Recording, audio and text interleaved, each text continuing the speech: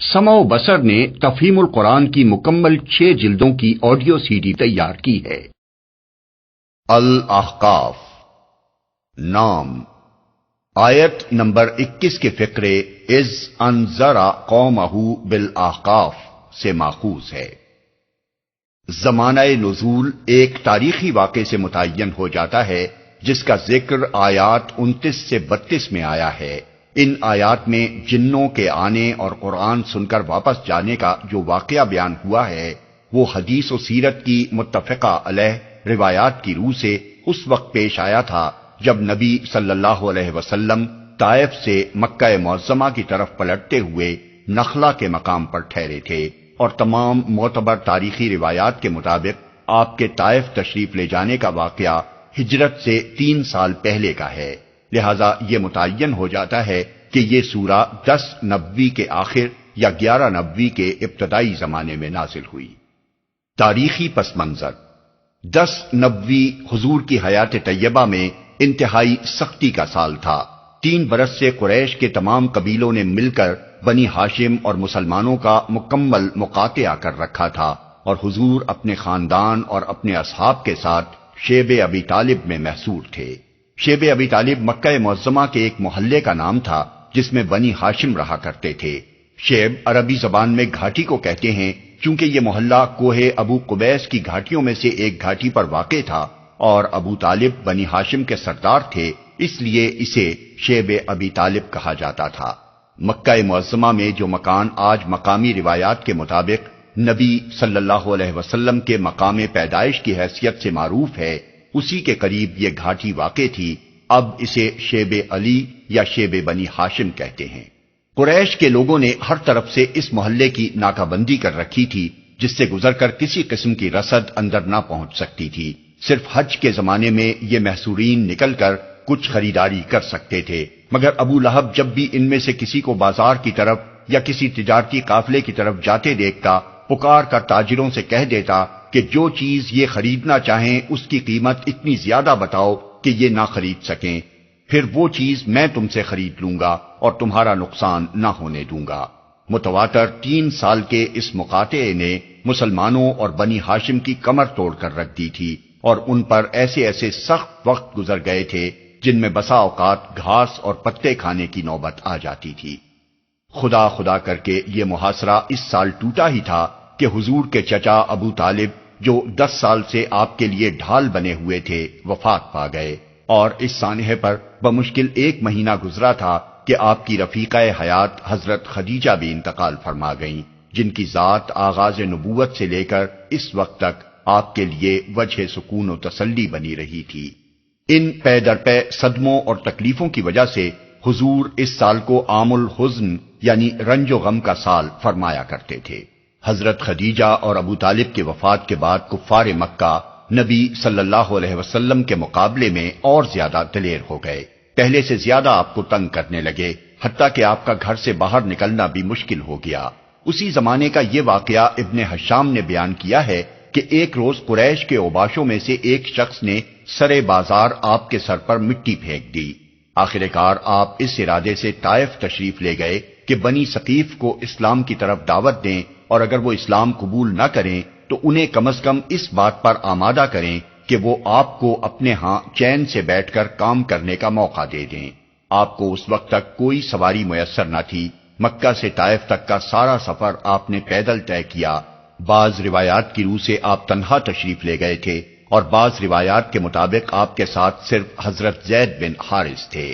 وہاں پہنچ کر چند روز آپ نے قیام کیا اور ثقیف کے سرداروں اور معززین میں سے ایک ایک کے پاس جا کر بات کی، مگر انہوں نے نہ صرف یہ کہ آپ کی کوئی بات نہ مانی بلکہ آپ کو صاف صاف نوٹس دے دیا کہ ان کے شہر سے نکل جائیں، کیونکہ ان کو اندیشہ ہو گیا تھا کہ کہیں آپ کی تبلیغ ان کے نوجوانوں کو بگاڑ نہ دے۔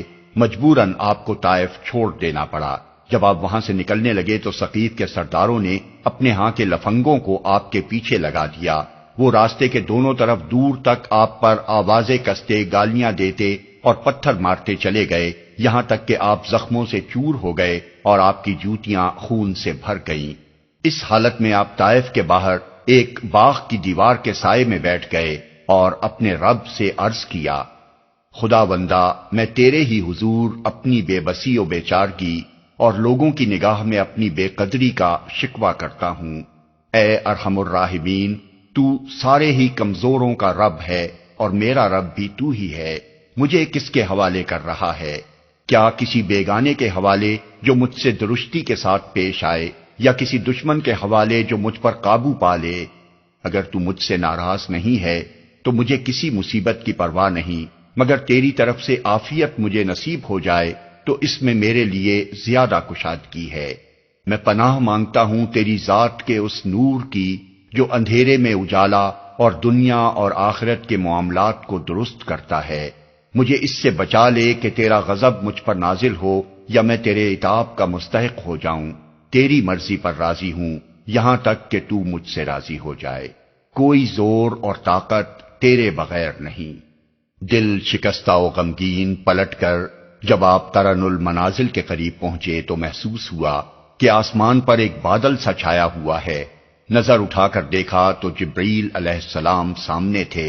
انہوں نے پکار کر کہا، آپ کی قوم نے جو کچھ آپ کو جواب دیا ہے اللہ نے اسے سن لیا۔ اب یہ پہاڑوں کا منتظم فرشتہ اللہ نے بھیجا ہے، آپ جو حکم دینا چاہیں اسے دے سکتے ہیں۔ پھر پہاڑوں کے فرشتے نے آپ کو سلام کر کے عرض کیا، آپ فرمائیں تو دونوں طرف کے پہاڑ ان لوگوں پر الٹ دوں؟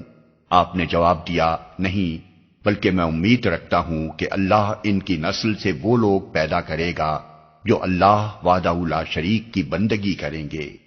اس کے بعد آپ چند روز نخلا کے مقام پر جا کر ٹھہر گئے۔ پریشان تھے کہ اب کیسے مکہ واپس جاؤں۔ طائف میں جو کچھ گزری ہے اس کی خبریں وہاں پہنچ چکی ہوں گی، اس کے بعد تو کفار پہلے سے بھی زیادہ دلیر ہو جائیں گے۔ انہی ایام میں ایک روز رات کو آپ نماز میں قرآن مجید کی تلاوت فرما رہے تھے کہ جنوں کے ایک گروہ کا ادھر سے گزر ہوا۔ انہوں نے قرآن سنا، ایمان لائے، واپس جا کر اپنی قوم میں اسلام کی تبلیغ شروع کر دی، اور اللہ تعالیٰ نے اپنے نبی کو یہ خوشخبری سنائی کہ انسان چاہے آپ کی دعوت سے بھاگ رہے ہوں مگر بہت سے جن اس کے گرویدہ ہو گئے ہیں اور وہ اسے اپنی جنس میں پھیلا رہے ہیں۔ موضوع اور مباحث، یہ حالات تھے جن میں یہ سورت نازل ہوئی۔ جو شخص بھی ایک طرف ان حالات نزول کو دیکھے گا اور دوسری طرف اس سورہ کو بغور پڑھے گا، اسے اس امر میں کوئی شبہ نہ رہے گا کہ فی الواقع یہ محمد صلی اللہ علیہ وسلم کا کلام نہیں ہے، بلکہ اس کا نزول اللہ زبردست اور دانا کی طرف سے ہے۔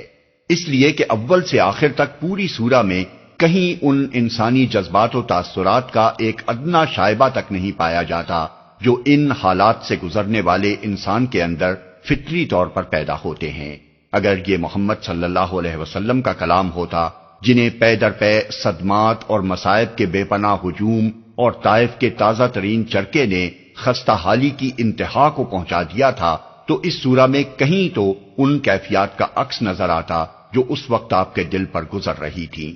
اوپر ہم نے حضور کی جو دعا نقل کی ہے اسے دیکھیے، وہ آپ کا اپنا کلام ہے، اس کا لفظ لفظ ان کیفیات سے لبریز ہے، مگر یہ سورہ جو اسی زمانے میں اور انہی حالات میں آپ ہی کی زبان مبارک سے ادا ہوئی ہے، ان کے ہر اثر سے قطعی خالی ہے۔ سورہ کا موضوع کفار کو ان گمراہیوں کے نتائج سے خبردار کرنا ہے جن میں وہ نہ صرف مبتلا تھے بلکہ بڑے اصرار اور غرور و استکبار کے ساتھ ان پر جمے ہوئے تھے، اور الٹا اس شخص کو ہدف ملامت بنا رہے تھے جو انہیں ان گمراہیوں سے نکالنے کے لیے کوشاں تھا۔ ان کے نزدیک دنیا کی حیثیت محض ایک بے مقصد کھلونے کی تھی، اور اس کے اندر اپنے آپ کو وہ غیر جواب دہ مخلوق سمجھ رہے تھے۔ توحید کی دعوت ان کے خیال میں باطل تھی، اور انہیں اصرار تھا کہ ان کے معبود واقعی خدا کے شریک ہیں۔ وہ قرآن کے متعلق یہ ماننے کو تیار نہ تھے کہ یہ خداوند عالم کا کلام ہے۔ رسالت کا ایک عجیب جاہلانہ تصور ان کے ذہن میں تھا، اور اس کی بنا پر محمد صلی اللہ علیہ وسلم کے دعوی رسالت کو جانچنے کے لیے وہ طرح طرح کے نرالے معیار تجویز کر رہے تھے۔ ان کے نزدیک اسلام کے برحق نہ ہونے کا ایک بڑا ثبوت یہ تھا کہ ان کے شیوخ اور بڑے بڑے قبائلی سردار اور ان کی قوم کے بوجھ بجک اسے نہیں مان رہے ہیں، اور صرف چند نوجوان، چند غریب لوگ اور چند غلام ہی اس پر ایمان لائے ہیں۔ وہ قیامت اور زندگی بعد موت اور جزا و سزا کی باتوں کو ایک من گھڑت افسانہ سمجھتے تھے، اور ان کا خیال یہ تھا کہ ان چیزوں کا وقوع خارج از امکان ہے۔ اس سورہ میں بالاختصار انہی گمراہیوں میں سے ایک ایک کی مدلل تردید کی گئی ہے، اور کفار کو خبردار کیا گیا ہے کہ تم اگر عقل و دلیل سے حقیقت کو سمجھنے کی کوشش کرنے کی بجائے تعصب اور ہٹ دھرمی سے کام لے کر قرآن کی دعوت اور محمد صلی اللہ علیہ وسلم کی رسالت کو رد کر دو گے تو آپ اپنا ہی انجام خراب کرو گے۔